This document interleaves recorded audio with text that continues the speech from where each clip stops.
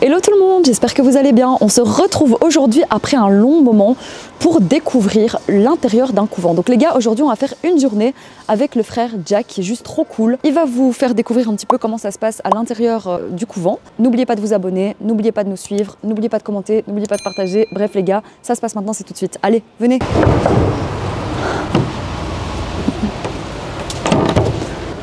Bonjour frère Jack. Ah, il y a une caméra. Oh là là. Vous allez bien? Oui, super, mon ami. Merci beaucoup de nous accueillir aujourd'hui. Donc là, on va vous suivre. Alors, où est-ce qu'on est ici? Au couvent Saint-Antoine, qui est incroyable. Alors, pour la petite explication, je vous avoue que le frère Jack et moi, c'est pas la première fois qu'on se voit. On a déjà eu une première discussion en amont du tournage. Mais là, il va nous présenter un petit peu donc, la vie au couvent. On va le suivre pendant une journée, ça va être incroyable.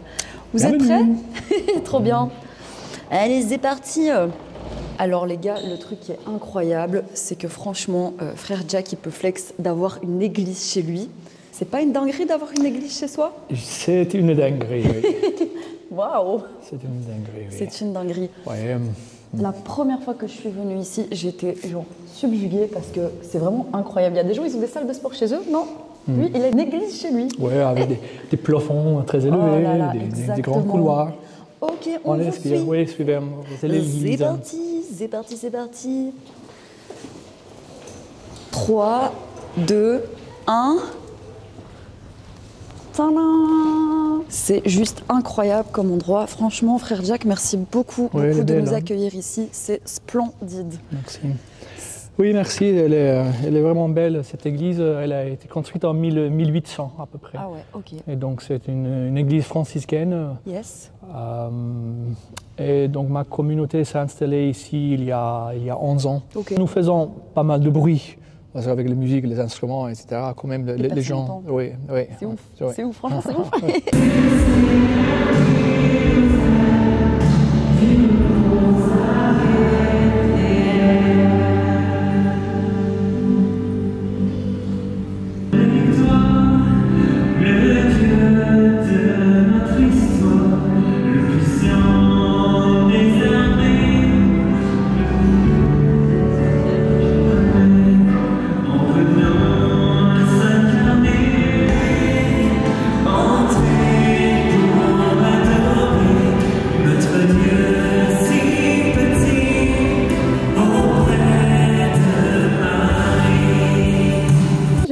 Question parce que vous voyez tout à l'heure je me promenais un petit peu.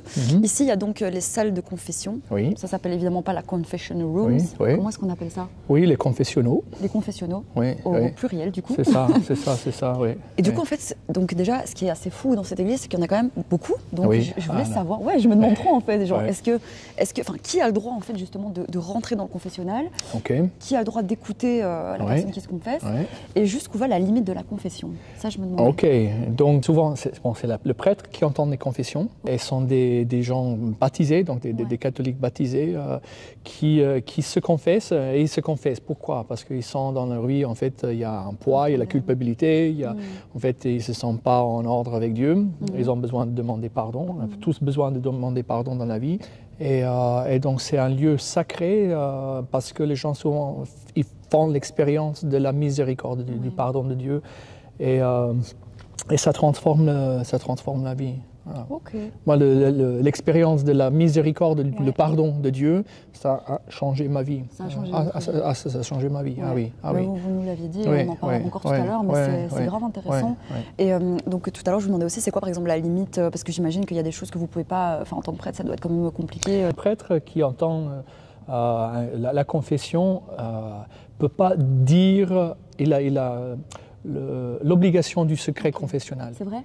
Comme les médecins, par exemple? Oui, donc quelqu'un qui se confesse « je viens de tuer un homme », le prêtre ne peut pas le dire. C'est fou ça. Il ne peut pas. Mais ça doit être dur aussi, parce que du coup, peut-être le prêtre, il peut aussi vivre avec du coup, le poids de la culpabilité. Ça doit être... c'est pas facile. Et donc, après la confession, s'il y a un suivi, ensuite, dans les échanges, là, il peut effectivement essayer de conseiller la personne, mais il entre déjà dans un autre domaine. Ce qui se passe dans le confessionnal reste dans le confessionnal. Ok, grave intéressant. Franchement, c'est hyper intéressant. Sinon, si le prêtre ne le fait pas, en fait, il est puni mais méchamment. C'est vrai? Et c'est quoi la punition du coup? Il peut perdre la prêtrise.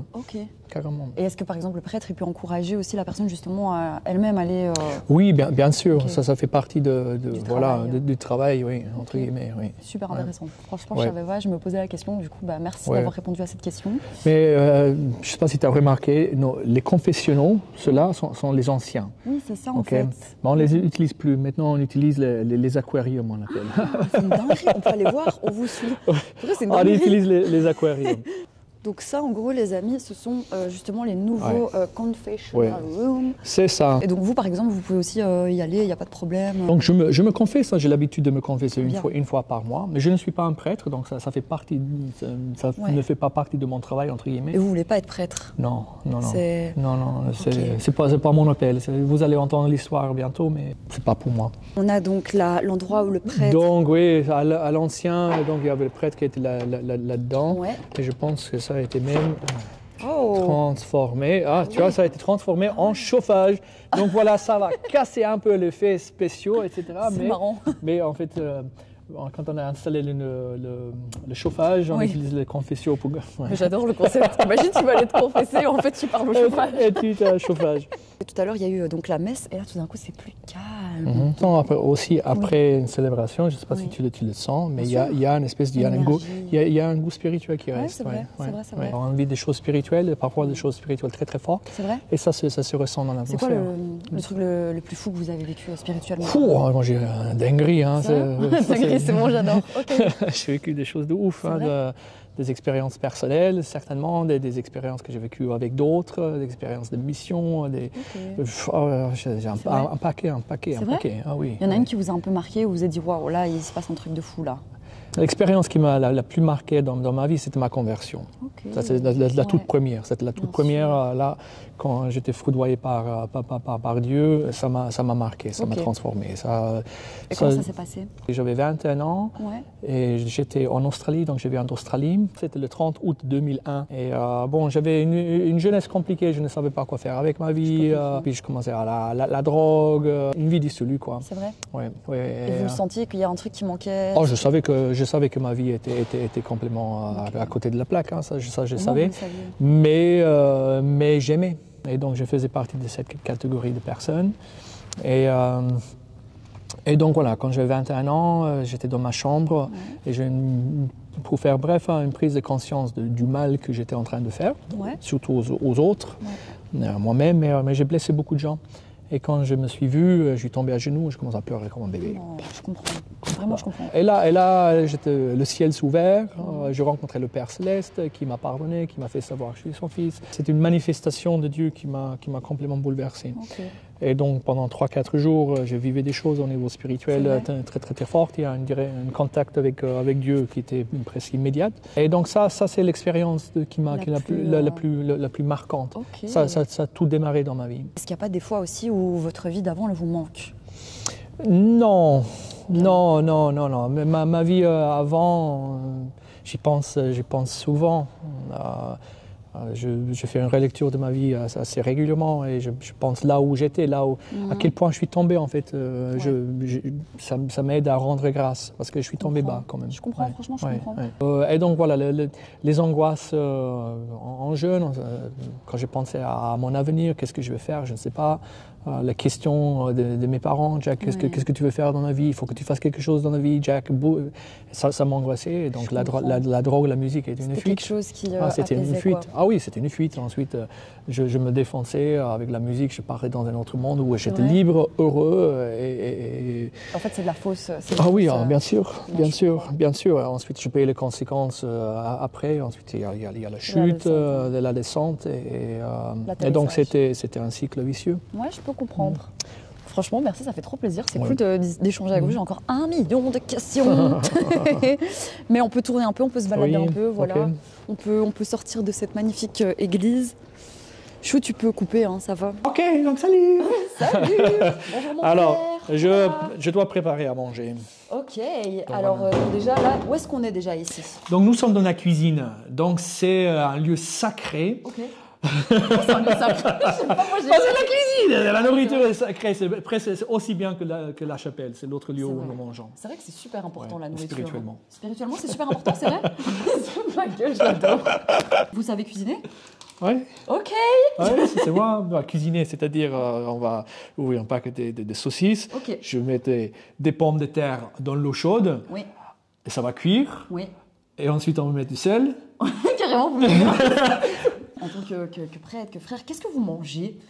Parce que vraiment, je me suis demandé tout à l'heure si déjà vous mangez des McDo, par exemple. Oui, je mangeais des McDo. Je n'aime plus le McDo. Sérieux? Non, j'aimais le McDo quand j'étais jeune. C'était meilleur. C'est vrai? C'était beaucoup mieux. Ok, donc vous en avez graille du McDo. Oui, Ça oui. Donc, pas. j'ai de bons souvenirs en jeune de McDo, mais aujourd'hui, en fait, c'est plus la même chose. Ouais. C'est quoi votre diète? En vrai, est-ce qu'il y a une diète Bon, ici, on mange souvent ce que nous recevons. Ok. Donc, parfois, il y a des gens qui nous apportent à manger. Ouais. Et quand ils nous apportent à manger, on mange bien. Ah oui. Parce que là, ce sont des mères de famille qui nous aiment bien, qui nous apportent des bons plats, bien cuits, bien soignés, avec des bonnes choses. Ok. Quand c'est nous qui préparons, on fait rapide, simple et consistant. Genre saucisses, des pommes de terre et une salade. Et donc c'est moi aujourd'hui. Qui cuisine? Vous n'avez pas, il n'y a pas des choses que vous ne pouvez pas manger, par exemple de la viande, enfin vous pouvez tout manger. Oh non. En catholique, on peut tout manger. Jésus a dit que tu es un bon de Dieu. Donc on mange du porc, on mange du saucisson, on boit du vin pour ceux qui boivent. Oui. Ça c'est une vraie question. Pour ceux qui boivent. Okay. Pour ceux qui boivent. Moi je ne bois plus. Terminé. Oui, je comprends. Oui, mais j'ai mis une croix dessus. Je comprends. Oui. Moi j'ai beaucoup réduit aussi. Et pourquoi? Honnêtement, là c'est... oui, là, j'échange les rôles, il ne faut pas faire ça. Moi j'aime bien que vous retourniez les questions, parce qu'en vrai je vais vous répondre avec en grande transparence. Moi tout ce qui est alcool, drogue et toute chose qui modifie un petit peu la perception de l'esprit, ça m'éloigne de moi-même en fait. Exact. C'est intéressant. Et j'aime pas.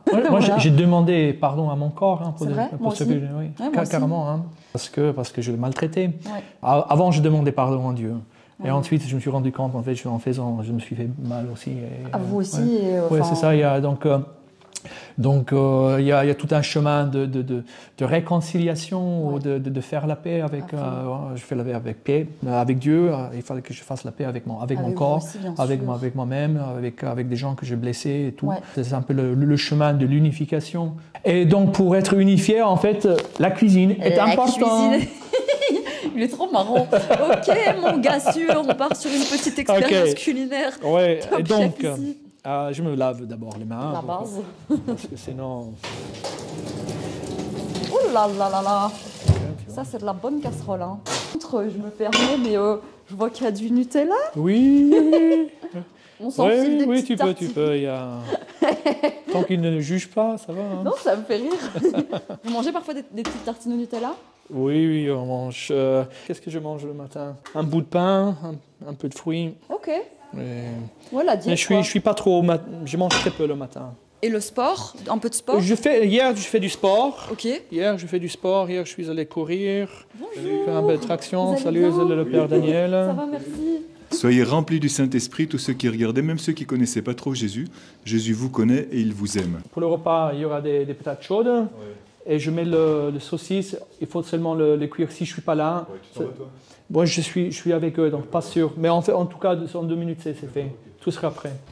C'est bien ça comme système. Hein. Franchement, vous avez des belles cuisines et tout. On ne manque de rien, grâce à Dieu. Ouais. On parlait de sport tout à l'heure, donc vous me disiez hier, vous avez fait du sport, quoi comme sport? Maintenant, bon, avec l'âge, hein, je suis plus... Vous avez quel âge? 45.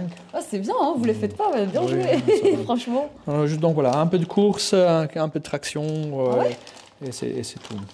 Et badass, hein. Ouais, on essaye de... Mais quoi, du coup, vous faites ça ici ou vous faites ça à la salle? Non, ici. Ah ouais. Ici, je vais courir au long du canal. Bien. Et puis la traction, il y a une barre. Une petite barre et tout. Ouais, ok. Vous répartissez un petit peu les tâches? Oui, on a des jours. Dimanche, c'est assez freestyle. Le frère qui vient d'arriver, il m'a demandé de cuisiner aujourd'hui. Il fait ça vite fait entre l'intérieur. Mais c'est génial. Donc ici, on est 4 frères. Ok. Donc le frère qui vient d'arriver là, il est le supérieur, donc c'est lui c'est un peu le chef. Yes. Ensuite, il y a le frère Bart qui est néerlandais. néerlandophone, et il y a le frère Grégoire, il est jeune, il a 32 ans. On est 4, et puis il y a aussi 3 jeunes qui vivent avec nous. Ce sont des jeunes étudiants qui ne veulent pas forcément devenir franciscains, mais ils participent dans notre vie mission. Et comment ils sont arrivés ici, du coup? Ils faisaient d'abord partie de nos groupes de jeunes, et ils nous étaient proches, et, on leur avait proposé de vivre avec nous. Parce que quand même on a beaucoup d'activités, avoir des jeunes ensuite qui nous aident, parfois pour cadrer, pour organiser, pour assurer certains rôles, ça nous aide. Et du coup ici, donc, il n'y a pas de femmes qui vivent ici? Non, non, ça... Oui, entre frères, oui.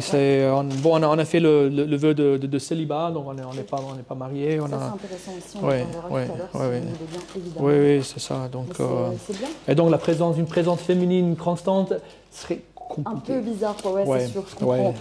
Bon, il ne faut pas tenter le diable. Hein. Non, mais c'est vrai que... Mais est-ce qu'il y a des frères ou des prêtres qui peuvent se marier? Dans l'Église catholique, oui. Dans notre style, on vit en communauté, donc pour nous, c'est une question. Donc la question ne se pose pas. C'est un choix d'amour, en fait, parce que je donnais toute ma vie à Dieu. Et qu'est-ce qui vous a donné justement envie d'aller que vers Dieu? En fait, moi, j'ai rencontré Jésus quand j'avais 21 ans. Et donc ça fait un temps, et cette rencontre avec lui, l'expérience de l'amour de Dieu, ça m'a transformé. Avec mon appel, avec la rencontre avec Dieu, j'ai trouvé mon chemin, j'ai trouvé un sens à ma vie. J'ai eu l'expérience de l'amour de Dieu, donc je suis aimé, je suis aimé. Mais on me dit, Jack, calme-toi, Jack, parfois tu fais peur, calme.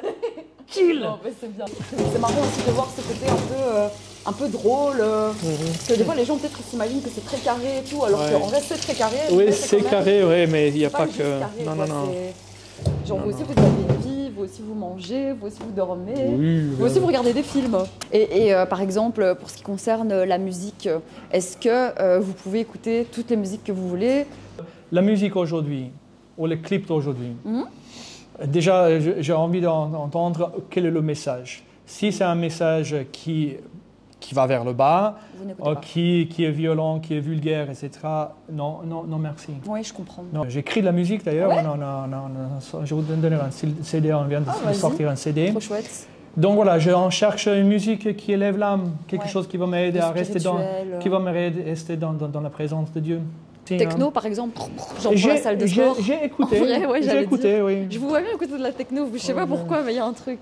Genre, mais pas la techno en mode pour les soirées, mais la techno plutôt, genre par exemple pour le sport. Oui, non, j'ai écouté, mais il y a 2 ans, j'ai arrêté complètement. Alors, excusez-moi, je vais...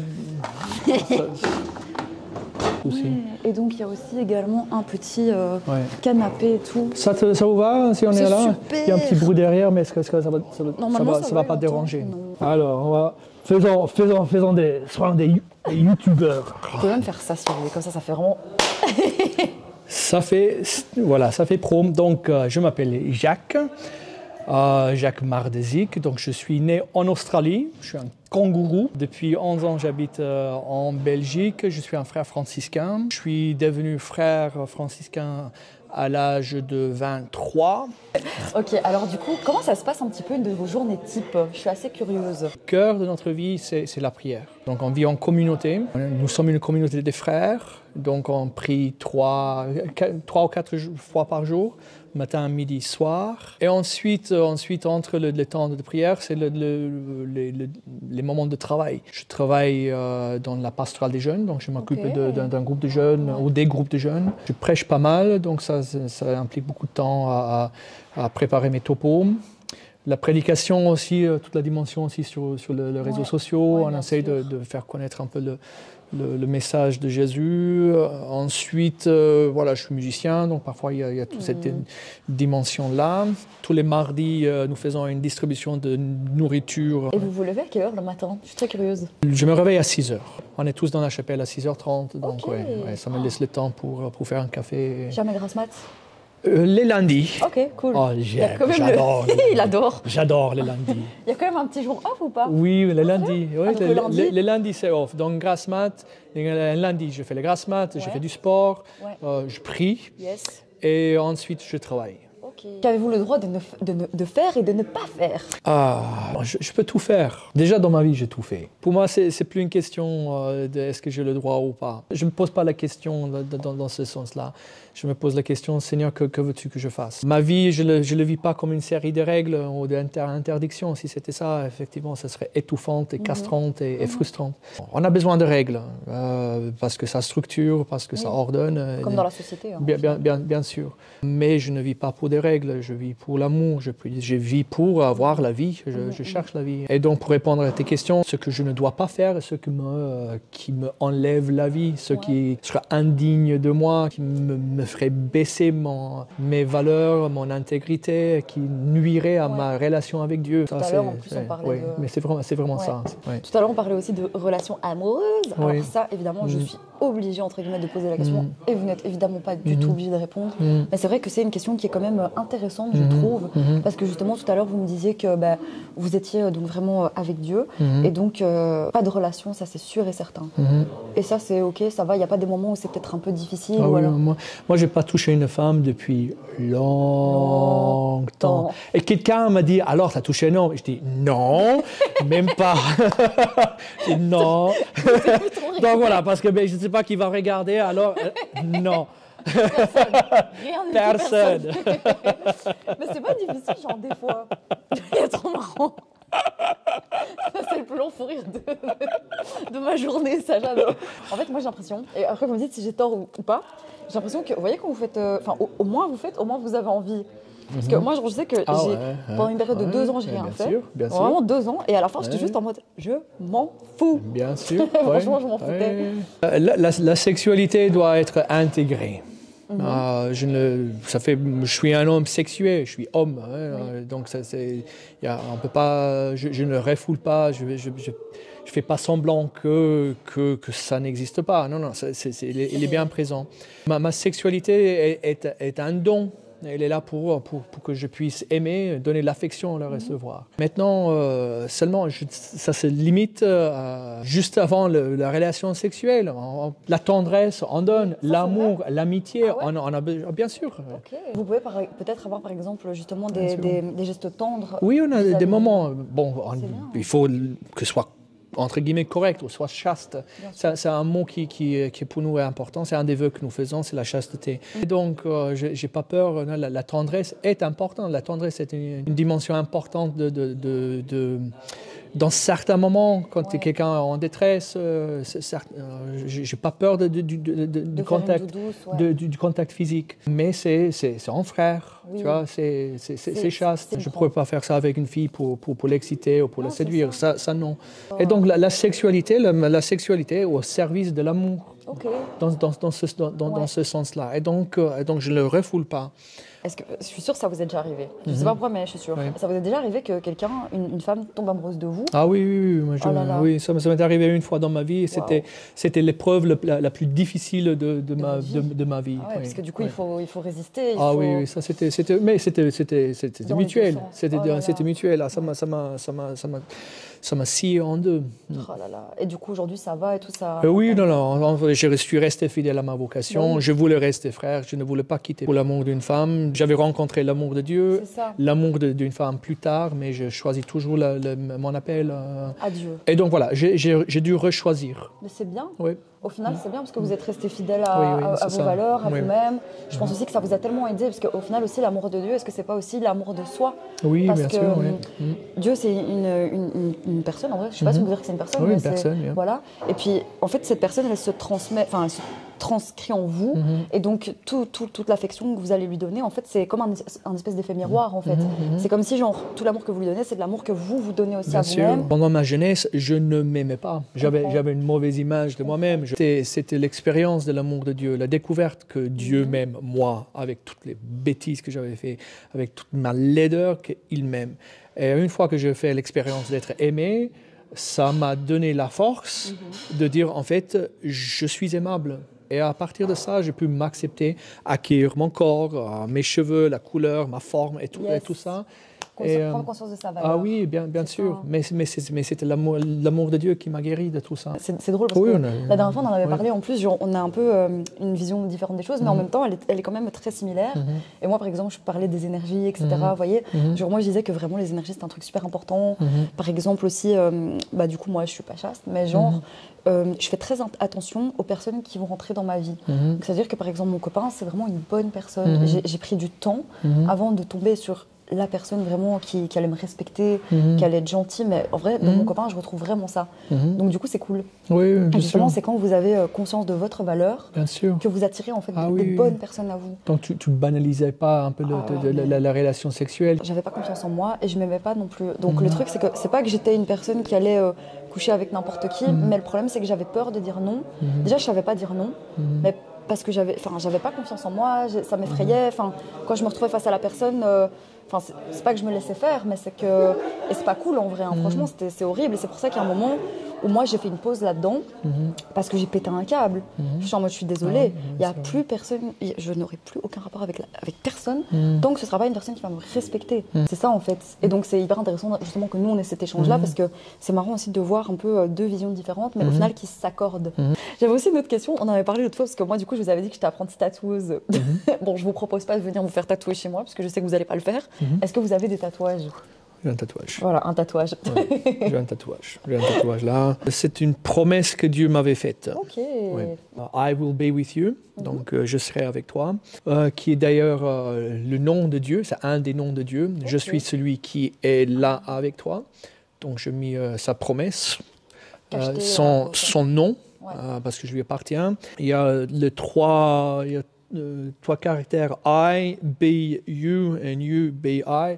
Et c'est aussi ma vocation. Je serai toi, tu seras moi. Okay. On a un petit jeu de mots en anglais. Ça symbolise aussi un peu le but de ma vie, de devenir un avec mon Créateur. Mais c'est chouette. Je trouve ça sympa d'avoir... parce que ça aussi, c'est une question que les gens peuvent se poser. Mais genre, j'avoue, en vrai, moi-même, je me suis posé la question. Genre, est-ce que vous avez le droit de vous tatouer ?